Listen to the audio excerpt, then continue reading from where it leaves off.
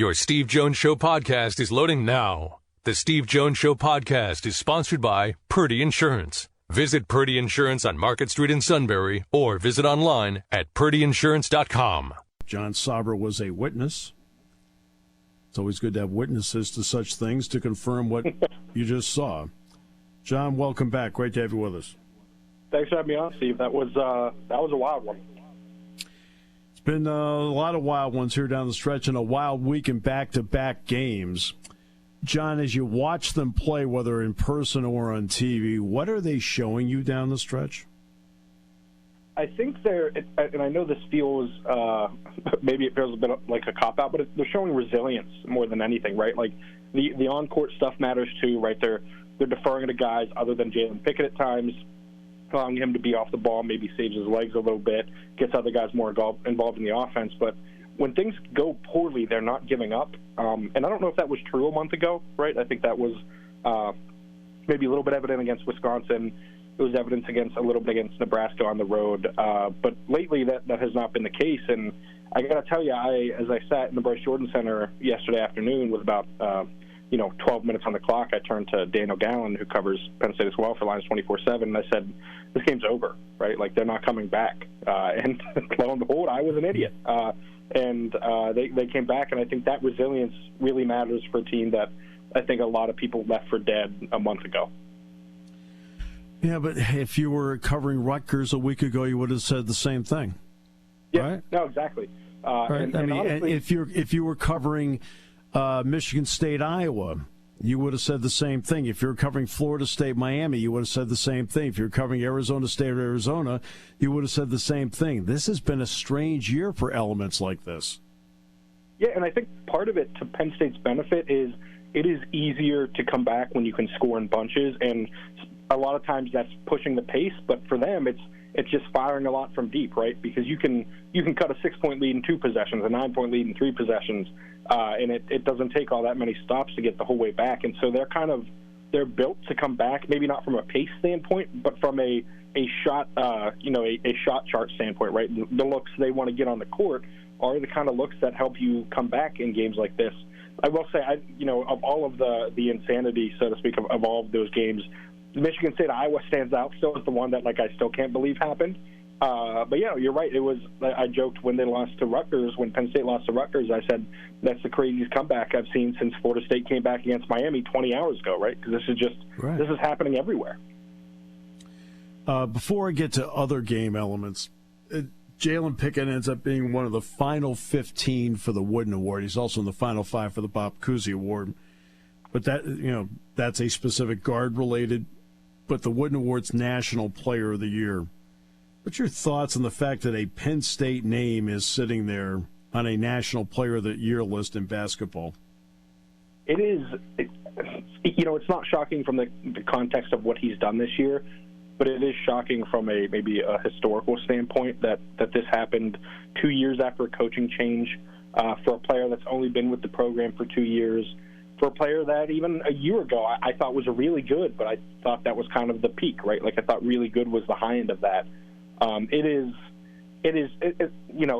It's stunning from that standpoint, right? Like, he's absolutely earned this. I think he is one of the 5 best point guards in the country. I think he is a top 15 player in the country. But it is strange, right? And I think it says a lot about him, and it says a lot about the positions Micah Shrewsbury's put him in to succeed, because he's not doing this without Penn State playing the way that it is, right? Without making him the focal point, without having him post up with 4 shooters around him, giving him options to spray the ball around, without giving him the leeway to take the shots that he's comfortable with, even if they're not the most efficient shots on the planet. If he can make them efficiently, that is good.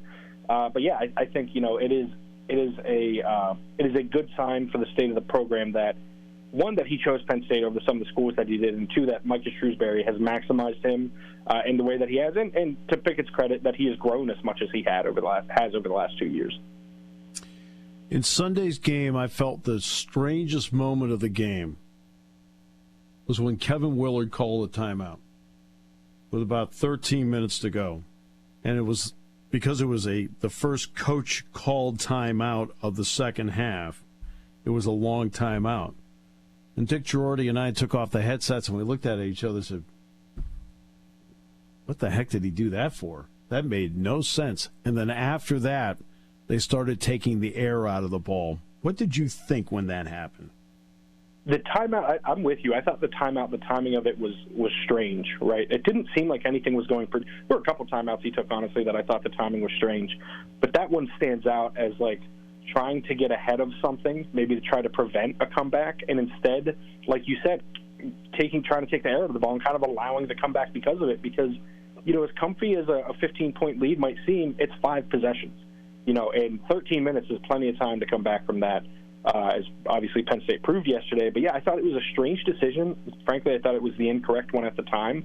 It proved to be true, but even if it hadn't proved to be true, I don't think it was helping anything to call that timeout when he did. And I thought, honestly, that the rest of the way, like you said, they were trying to kill clock, right? They weren't necessarily trying to get good offense. It seemed like possessions were starting for them at 13 seconds rather than 22 seconds or what have you. They're getting into their stuff a little later. I thought the lack of Julian Reese on the court was interesting. He's really good, but there is some credence to the matchup doesn't really fit his style. I had said that when I thought he was going to be in late, if I was Penn State, I thought they should have tried to foul Julian Reese. I think that would have been good strategy because he's not a great free throw shooter. So maybe you don't have him out there because of that, but not having one of your better players out there it's definitely a decision, right? And I don't know if it's one that I would have made. John, it's interesting. You're right. Reese is a 52% free throw shooter. In the 2 games against Penn State, he missed 1. Yep. Well, yesterday, it was like he took the first 2 that he took. I was like, oh, these aren't going in, and he drained them both. He's like, oh, never mind. Yeah, exactly. You're like, yeah. And then when Ian Martinez starts making the 3-pointers too, that was the moment where I was like, so this is going to be the Ian Martinez game, like we've seen, Connor McCaffrey has done in the past to Penn State, that these guys that shoot like 25 to 30% suddenly make 6 in a game or what have you. So I was like, I quickly identified Martinez as the guy that was possibly going to do that yesterday. Fortunately for Penn State, that ended up only being true in the first half. Yeah, because you know what? It's amazing how you shoot when the game's on the line. Yep. Okay. And he had a wide open practice gym jumper from the top of the key. I mean, wide open practice gym jumper, and it wasn't even close, John. It wasn't even close. Yeah, that may have been the problem. He was thinking, but he had been 5 of his last 7 and 3s coming in, so he'd been doing things like that. But you know what? You look at how they played, and when they've needed a guy like Funk to step up, they've got it. When they've needed Winter to step up, they've got it. Pickett's always there. And it looks like I thought Keba Jai played well yesterday. Yeah, and honestly, I think Keba has been really good for probably 3-4 weeks now, right? And it's tough because, the conditioning always comes into it. Especially for a guy who just kind of added this weight over the off season and is still adjusting his body. He's still very much a kid, and you don't want to overtax him and have him out there when he's gassed because that can affect other things. Sure. But yeah, I thought Keba was good yesterday. I thought he had a couple finishes early that were really important when Penn State had the original lead in the game. Obviously proved to be important because it's a 1-point game, but I thought he looked good. I thought Funk had every reason in the world, and honestly, credit to Seth Lundy too. And I know people will harp on the fact that he was 0 of 11 last Sunday. I'm a firm believer that he should continue to shoot. That at no point should he have the red light, Absolutely. Right? He should be firing at will. That's the case with Funk too, right? Like it's easy. And Miles Dredd, someone who hasn't been shooting well in recent weeks, and it comes up huge yesterday. I think you're right. I think it's all of these veteran guys that kind of. A couple of them have mentioned to me in one-on-ones. Funk specifically mentioned it, that they have the idea of to be a goldfish, so the quote from Ted Lasso, that, you just forget, right? You have to move forward and move on quickly and have that short-term memory go away when you're a shooter like that, because you need to be able to shoot the next open one. And I think yesterday was a really good example of that, pretty much from all of the team shooters. Even Lundy wasn't great from the field, but, he gets to the line when he gets fouled, and he laces 3 straight free throws, which is not easy in that situation, right? I always joke that I swear I never see anyone make 3 free throws on a fouled 3-point attempt. And I was trying to figure out which one of the 3 he was going to miss, because it always seems not just Penn State, like across basketball, it's just really hard to make the 3 straight unless you're the Steph Currys of the world. But I thought all of those guys stepped up in such an enormous way. And And they don't do it without each of those contributions, right? Like even the guys who didn't shoot well, they don't do it without their contributions either in other facets of offense, or their in Lundy's case, his contributions on the other end of the court. Final 4 minutes, close games this season, and this is a stat that only I keep. It's not in the game notes, but I keep it and I'll say, okay, I think after all these years, I know what the situation is. Okay. Lundy's 11 for 11. Yeah, that checks out, right? Like it is and again, it goes back to the Rutgers thing of like people wanted him to stop shooting. I would keep firing.